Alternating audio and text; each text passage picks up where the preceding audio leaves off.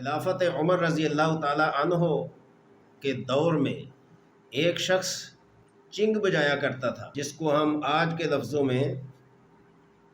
گویا کہتے ہیں، گانا بجانے والا کہتے ہیں۔ تو آپ کو یہ سمجھنا ہوگا کہ جتنے بھی گانے بجانے والے، ہدایت کار، گلوکار، موسیقار اور ڈرامے باز، یہ جتنے بھی لوگ ہیں، میں کسی کی تحقیر نہیں کر رہا، یہ ان کا جرم برا ہے، وہ خود برے نہیں ہیں۔ یہ جتنے بھی ہیں اللہ تعالیٰ نے ان کو خوش الحانی عطا کی ہے، اچھی آواز عطا کی ہے، لیکن اس اچھی آواز سے یہ ناجائز فائدہ اٹھا رہے ہیں، دنیا کمانے کے لیے اس کو خرچ کر رہے ہیں۔ کاش کہ ایسی اچھی آواز سے قرآن کریم کی تلاوت ہوتی، اتنی اچھی آواز سے اللہ تعالیٰ کی حمد بیان ہوتی، تو اگر یہی خوش الحانی اسلام پر خرچ ہو، دین پر خرچ ہو، اللہ اور اس کے نبی صلی اللہ علیہ وسلم کی تعریف میں خرچ ہو تو کیا کہنے۔ لیکن یہی اگر اچھی آواز گانے بجانے میں، موسیقی میں اور دوسری دنیا کی بدترین چیزوں میں خرچ ہو تو پھر یہ وبال ہوگا، نجات کا ذریعہ نہیں ہوگا۔ تو حضرت عمر رضی اللہ تعالیٰ عنہ کے زمانے میں یہ ایک چنگ بجایا کرتا تھا، تو جب یہ جوان تھا تو اس کی آواز کے کیا کہنے، جب یہ گاتا تھا، جب اپنی آواز کا جو ہے وہ اس کا اظہار کرتا تھا،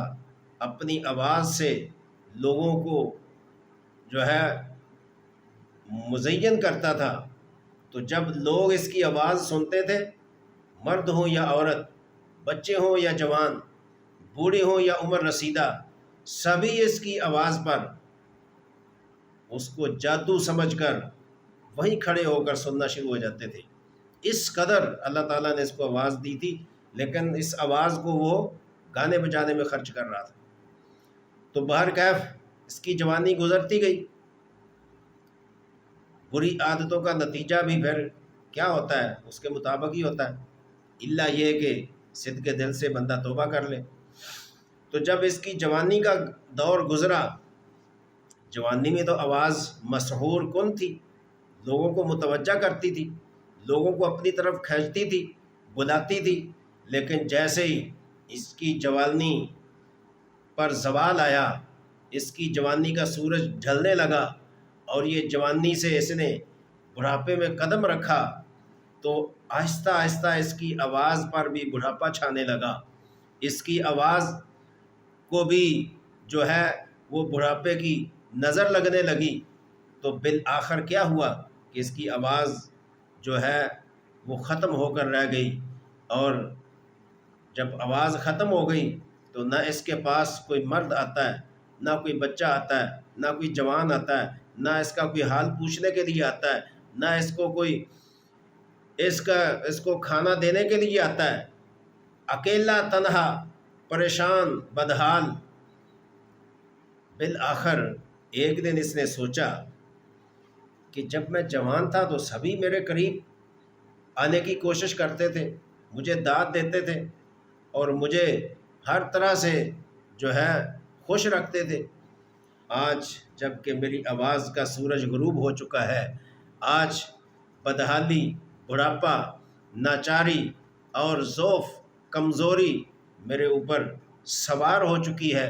تو آج مجھے پوچھنے والا کوئی نہیں۔ تو لہٰذا ایک دن بیٹھے بیٹھے،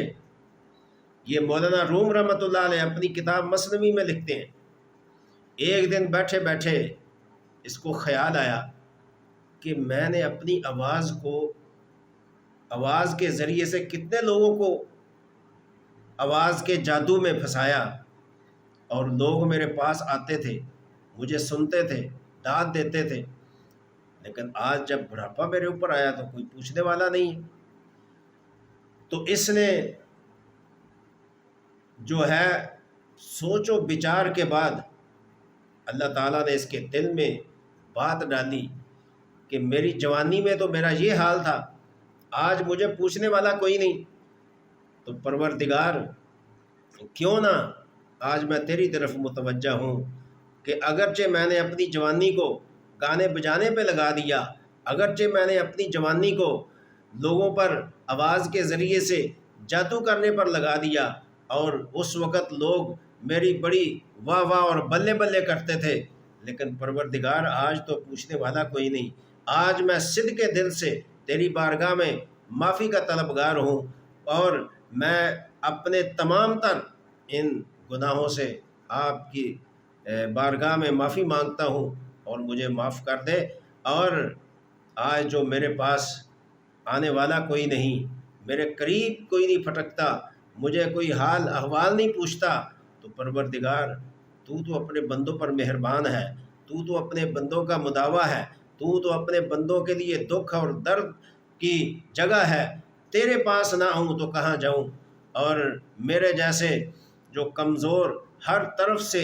بے نیاز ہو گئے، اور ہر طرف سے کوئی ان کو پوچھنے والا نہیں، تیرے پاس نہیں آئیں گے تو کہاں جائیں گے؟ پروردگار میری ان غلطیوں سے درگزر کر، اور میری ان غلطیوں سے مجھے معاف کر دے۔ میں آج توبتاً نصوحا کے جو ہے زمرے میں آ کر سچے دل سے، صدق کے دل سے توبہ کرتا ہوں۔ تو مولانا رومی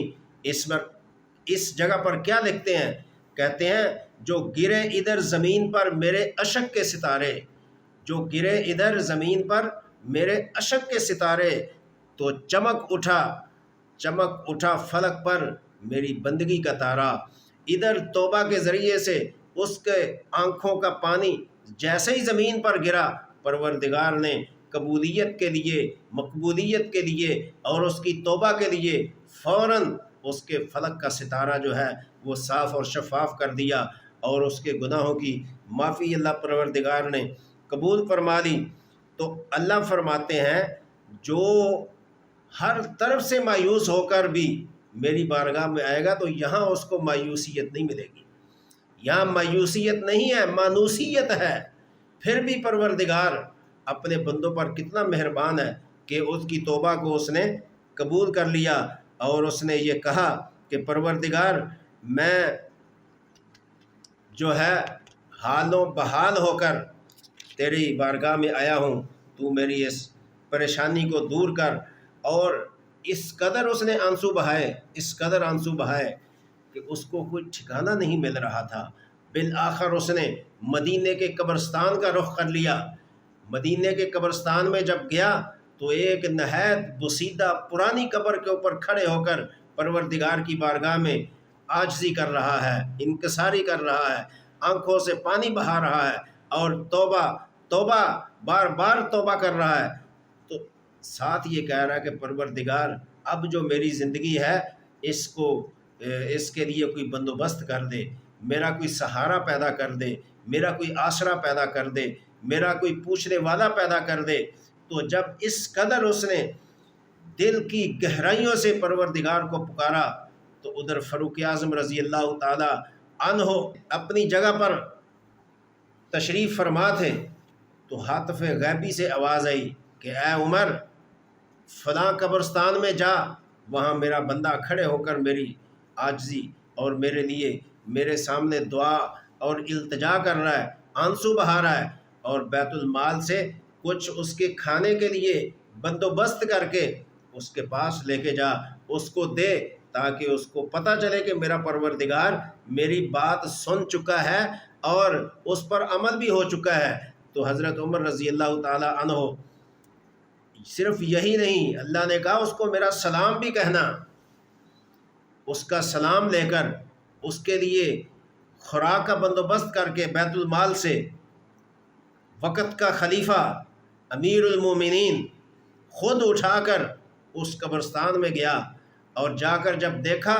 تو وہ روتے روتے، توبہ کرتے کرتے، آنسو بہاتے بہاتے، پروردگار کی تعریف کرتے کرتے، اپنی عاجزی کا چرچا بلند کرتے کرتے وہ وہاں گر پڑا، اور وہیں اس کو نیند آ گئی، سو گیا۔ تو حضرت عمر رضی اللہ تعالی عنہ جب یہ ساز و سامان لے کر گئے، اللہ کا سلام لے کر گئے، تو وہ سویا ہوا تھا۔ تو حضرت عمر رضی اللہ عنہ نے اس کو اٹھانا بھی گوارا نہیں کیا کہ میرے اٹھانے سے کہیں اس کی نیند میں خلل نہ پڑ جائے، اس کی نیند نہ خراب ہو جائے۔ کھڑے ہو گئے کہ جب یہ خود اٹھے گا تو ہی میں اس کو یہ خوشخبری سناؤں گا۔ تو فاروق اعظم رضی اللہ تعالی عنہ کھڑے ہیں، انتظار کر رہے ہیں کہ کب یہ اٹھے گا۔ بالآخر انتظار کرتے کرتے حضرت عمر رضی اللہ تعالیٰ عنہ کو چھینک آ گئی۔ تو چھینک ایسی چیز ہے کہ انسان روکے بھی تو نہیں روک سکتا۔ تو جیسے ہی چھینک آئی تو وہ چنگ بجانے والا اٹھ پڑا، اور ایک دم حضرت عمر رضی اللہ عنہ کو جب اس نے دیکھا اپنے پاس کھڑے ہوئے تو اس کے رونگٹے کھڑے ہو گئے، پریشان ہو گیا، حیران ہو گیا، اور کہنے لگا عمر آج مجھے کتنے درے لگاؤ گے؟ چونکہ خلافت عمر رضی اللہ عنہ میں درہ عمر رضی اللہ تعالی عنہ اتنا مشہور تھا کہ ہر انسان یہ سمجھتا تھا کہ اگر میں نے کوئی بات کر دی ہو سکتا ہے فاروق اعظم سن لیں اور میرے اوپر درے کی سزا وہ نافذ کر دیں۔ اس لیے کوئی انسان اس وقت اللہ اور اس کے رسول صلی اللہ علیہ وسلم کے خلاف نہیں کرتا تھا۔ تو یہ جیسے ہی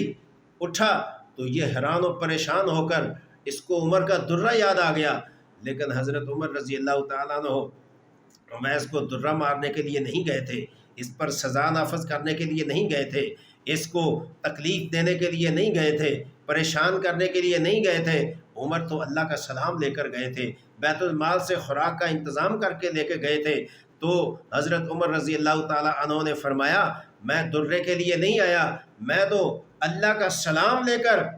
تیرے پاس آیا ہوں کہ اللہ نے تیری اس عاجزی کو، تیری توبہ کو، تیری التجا کو، تیری درخواست کو، تیری اپیل کو، تیری اس درماندگی کو اور تیرا یہ خشوع خضوع ہونا اللہ تعالیٰ کو اتنا پسند آیا ہے کہ اللہ نے مجھے فرمایا کہ جا اس میرا سلام بھی دے اور بیت المال سے خوراک بھی اس کو دے گیا اور اس کا حال احوال پوچھ گیا۔ تو فاروق اعظم رضی اللہ تعالیٰ عنہ جیسا جریر انسان، جرت مند انسان اور عدل فاروقی رضی اللہ تعالیٰ عنہ کی جس قدر شہرت تھی آج ہمیں کتابوں سے اس کا پتہ چلتا ہے۔ تو یہ ساری چیزیں لے کر اس کو جب خوشخبری دی تو وہ روتا روتا بے ہوش ہو گیا، کہنے لگا کہاں میں اور کہاں اللہ کی ذات وحدہ لا شریک، اور میں اتنی